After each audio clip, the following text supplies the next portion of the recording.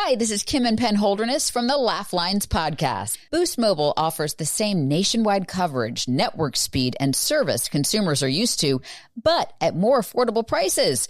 Why pay more if you don't have to? Boost Mobile offering reliable nationwide coverage backed by a 30-day money-back guarantee. Love your service or get your money back, no questions asked. While other carriers blow millions on Super Bowl ads, we put that money to work for you, delivering reliable 99% nationwide coverage at affordable prices. Start saving on wireless today with Boost Mobile's unlimited plans starting at just $25 a month. The Boost Mobile network, together with their roaming partners, cover 99% of the U.S. population. 5G speeds not available in all areas. Visit your nearest Boost Mobile store or find us online at boostmobile.com. Customers who cancel within 30 days of activation will have Boost service fees refunded. Activation fees, if applicable, and phone payments will not be refunded.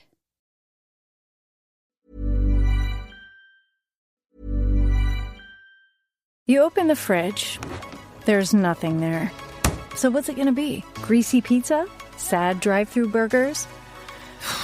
Dish by Blue Apron is for nights like that. These are the pre-made meals of your dreams.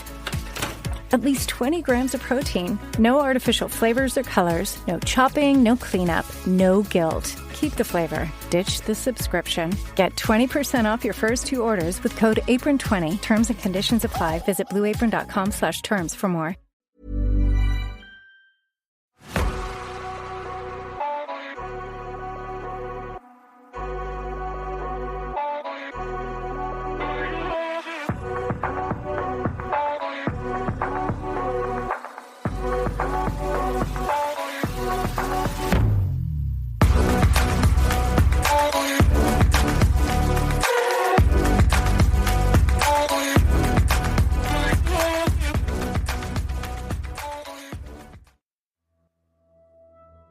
Hello, I'm Sarah, and welcome to the Whispering Woods Extra. Today's episode, I've got one long Christmas-themed story to share. Full disclosure, it's a no-sleep post, but still quite enjoyable and Christmassy. I'm on my own. Toby's busy doing Christmassy things. But I guess this is the last opportunity, so I hope you all have a lovely Christmas if you celebrate. If not, have a lovely time whatever you're doing, and we will catch you again in the new year. Are you ready for the story? I almost died last Christmas. I'm terrified about what will happen this year. Christmas itself started out great, or at least as great as you could imagine given the circumstances. Whatever gift I had secretly wished for, Santa gave me. Same with my mum and siblings. It felt like a happy holiday, smiles stitching themselves together to hide the sadness. I could tell that everyone in my family thought we deserved this. After all the presents had been opened, we sat in the living room, drinking hot chocolate. "Does anyone smell that?" I asked. Everyone else shook their heads, but I knew I wasn't having an olfactory hallucination. The whole day went by, and the fetid smell lingered in my nostrils. Since everyone seemed oblivious to the smell, I didn't want to keep asking my sisters and brothers if they detected the odour. I didn't want to seem crazy. I decided once the family went to bed, I would investigate. I felt like the fetidness was meant for me. Here's the thing, I'm really superstitious when it comes to wishes. And ever since I was little, my parents told me that if you wanted a Christmas wish to come true, you had best keep it a secret. I waited in my bed until a little past midnight. All was quiet in the house, well, for the most part. I heard the familiar rattling coming from the basement as the heater popped on. The creaking of floorboards didn't have any effect on me either, since it was just another well-worn sound from my childhood, coming home to roost. Creeping downstairs, I noticed one of the dim lights had been left on. Without really thinking about it, I knew it was the ceiling fan light from the kitchen. I thought about Mum munching on Christmas cookies, reading one of her favourite mysteries. But I didn't see Mum sitting at the kitchen table. Instead, my sister Beth glared at me. "You think you're so subtle," Beth said, munching on one of the cookies. I scoffed. "I don't know what you're talking about. Been hitting the eggnog, have we?" I smelled it too, you know. I just didn't want to say anything. Maybe our wishes were the same. I inwardly sneered. I doubted it.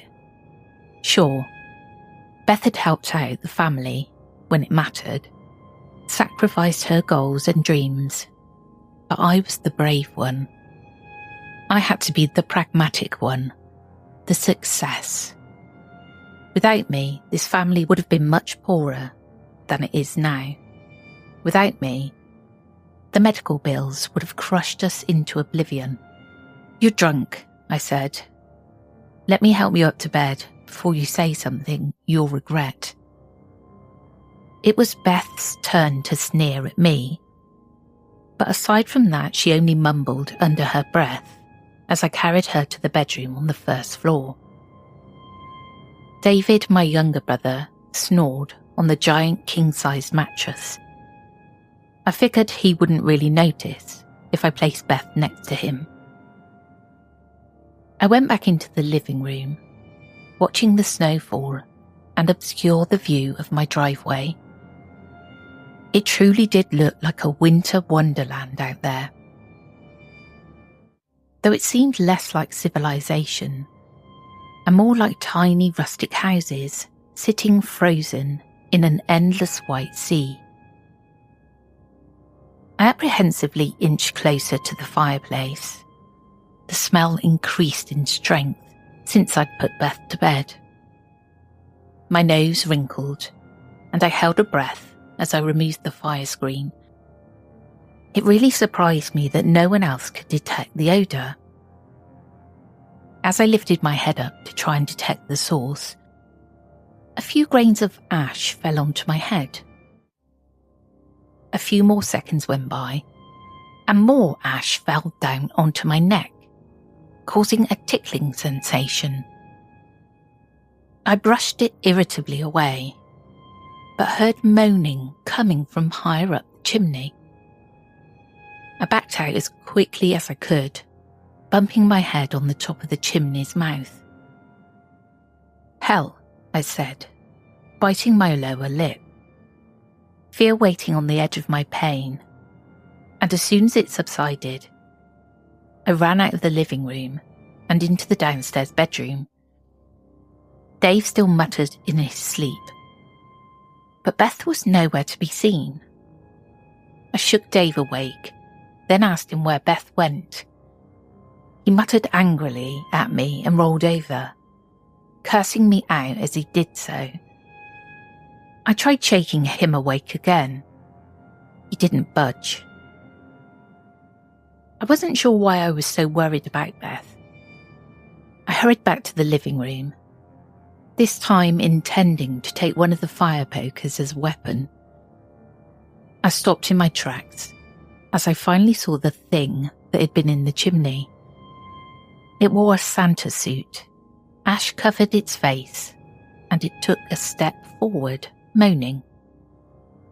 I ran, screaming, and headed for the stairs. I tried to wake up my other brothers and sister, and they just lay in bed mumbling, becoming angry, yet not fully waking if I shook them. No matter how much I shook or screamed for them to wake up, they remained unconscious. Finally, I went to my mum's room. opening the door without knocking. It was the exact same thing with her. I tried to wake her. Nothing seemed to work. I heard creaking on the stairs. The first creak sent a rush of adrenaline through me and a shiver down my spine. I took out my phone and tried to call the police.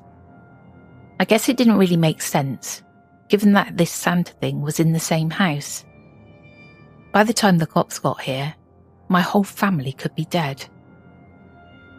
I heard more creaking on the stairs, one by one. Then I heard the first creak on the floorboards of the hallway. I frantically scanned the room. The only thing that stood out in the room was a note on the nightstand. A note in yellow legal paper. I quickly went over to it. There were 2 lines, one in English, which simply said, "Her too." The other was in a language I didn't understand, complete gibberish. As the Santa thing came into my mum's room, moaning, I realised my options were extremely limited. I recited the second line as best as I could, and Santa fell face first into the floor of the room. I ran over to the body and found out it was still breathing. Seeing as how I was basically stranded in a house with a sleeping family, phone not working, I had no choice but to tie up the monstrous Santa. I found some thick rope in the basement, then went back upstairs and bound his arms and legs to each other. I put him in the hallway closet and tied more rope around the knobs. I went back to my mum's room and looked at the note again. I wondered something. I recited the lines facing Santa's direction. It made me think what would happen if I recited them facing my mum. I did, and she woke up, wiping her eyes and struggling to form coherent sentences. After making sure she was okay, I ran downstairs and checked Dave and Beth's room. A small yellow note sat on the nightstand too. Him too, it said. The note didn't say anything at all about Beth, and my frantic thoughts circled her possible fate. I didn't waste any time reciting the words, and Dave woke up the same way that my mum did, groggy and confused. I repeated this with everyone in the house, and undid the knot, keeping the door shut to check on the Santa thing. Santa wasn't there, and I ran through the whole house, even checking the basement again. Nothing. I tried questioning the family, asking if they saw anything unusual. They all shook their heads, looking at me like I'd gone crazy. They only started to freak out when they realised Beth was missing. But she showed up, said she'd been sleeping the whole time. This elicited weird looks from my mum, sisters and brother. Everyone went back to sleep except me and Beth. Afterward I asked her, what the hell happened? I said we had a bit of a conflict. She passed out and I put her on the mattress in the downstairs bedroom, where Dave also slept. I didn't repeat the story about Santa trying to kill me, just that when I went back into the downstairs bedroom later, she wasn't there, nor could I find her in any area of the house, until she mysteriously appeared in front of the entire family, as if she hadn't been gone at all. She said she had no idea what the hell I was talking about, so I really didn't have much of a choice. There wasn't any murderous Santa in the hallway closet. Beth had been asleep the whole time. Had I really been imagining things? A sudden tiredness hit me over the head then, and I couldn't fight it. I needed to get some sleep, despite all the horrible images swirling around my head. Upstairs in my bedroom, I took off my pants and switched to pyjama pants. I felt something in the pocket of the jeans I just took off. I grabbed whatever was inside and pulled it out. another note. Kill him, it said, more gibberish at the bottom of the note. Obviously, someone wanted Santa to kill me. It didn't work as planned, but the intent was clear as day.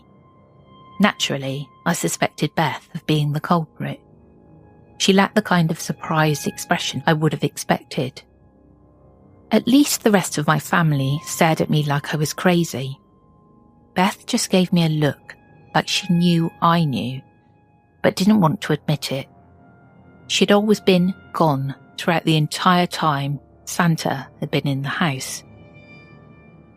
Lied about being in bed the whole time. Everything pointed to her wanting Santa to kill me. Of course, I refused to think about it at the time, when I worried about my family being okay. In the calmness of my bedroom, all the pieces came together. There were other reasons that I suspected Beth. Our relationship had been on thin ice since Dad's death earlier that year.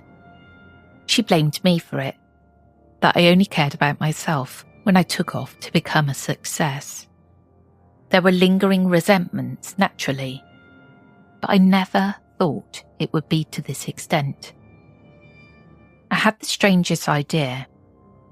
If Beth meant to kill me, and I possessed ample evidence that was at least a decent possibility, it made no sense to stick around there. It seemed like she didn't intend any harm to the rest of the family. I grabbed my boots from the closet, a surge of adrenaline rushing through me as I opened the door. Even though I'd put him in the hallway closet, just the act of opening those doors made me terrified. Once my boots were on, I locked the door and opened the window, climbing onto a snow-covered tree branch and climbing as best as I could to the base of it, then down the trunk. Luckily, my coat, hat and gloves had also been in the room, since I often liked to sneak out the window and have a smoke without the world looking. Many a Christmas, I used to try and sneak out the front door, but someone would always hear me. I developed the window habit out of learned behaviour. I went around to the backyard and crossed to the yard right behind our house. I trudged through the snow, making my way through winding streets until I reached Beth's house. She never moved out of our sleepy town. I'd moved on, been the success. She'd rotted here. Something about that fact tormented me as I walked up the unshoveled path to a sad little one-storey house. I searched the house but didn't find anything of interest until I heard the door open again. I turned around to see Dave's tall form standing in the doorway.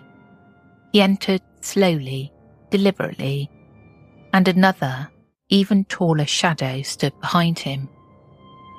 "You've been the one controlling Santa," I said aloud. "But I don't understand. You were sleeping. And Beth, she lied about it."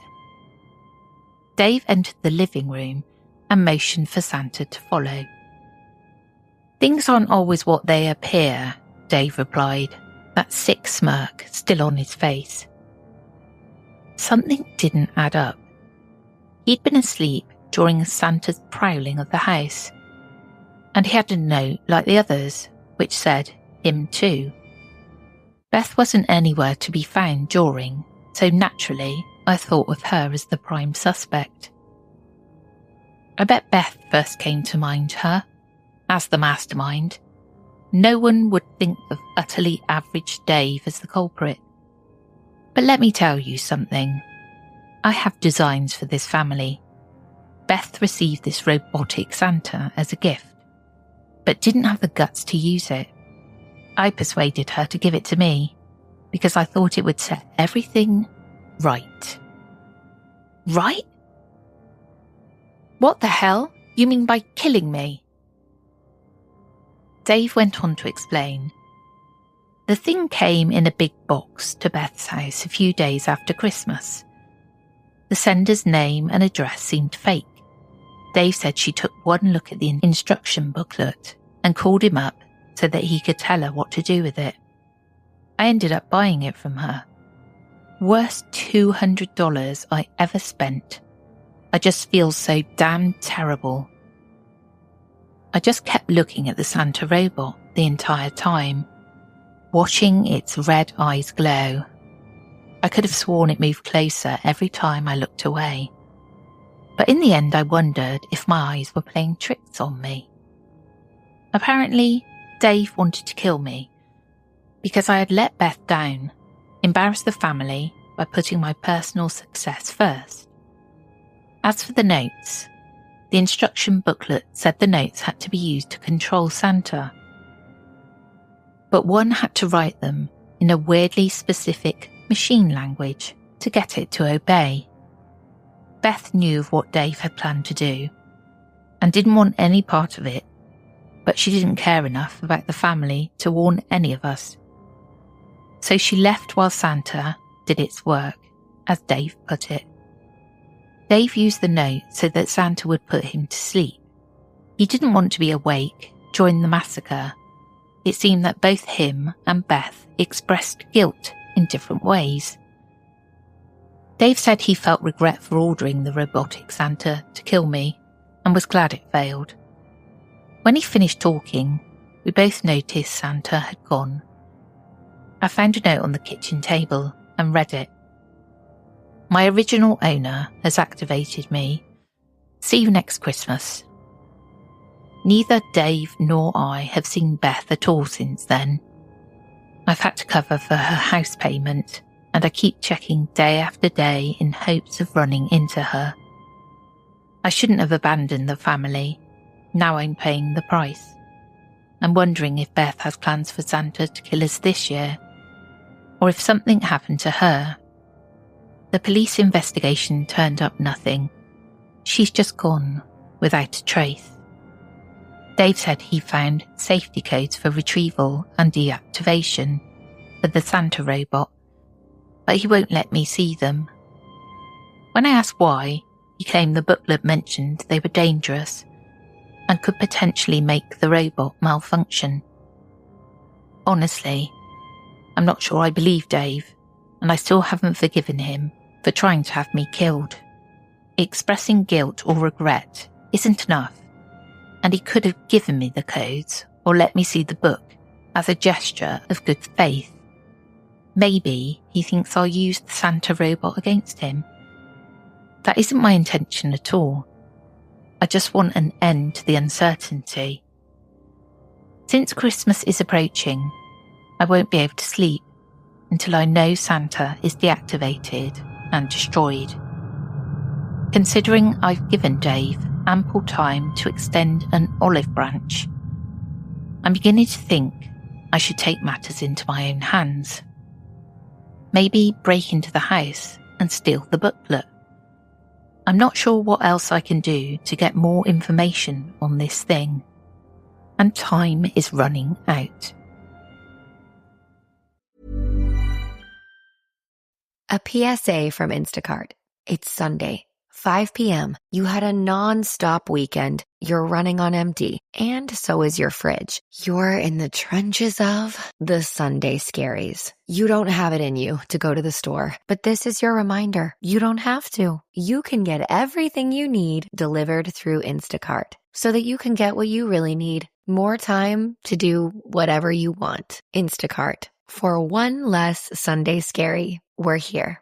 You walk in tired and hungry. One bad dinner away from losing it. You don't like to cook.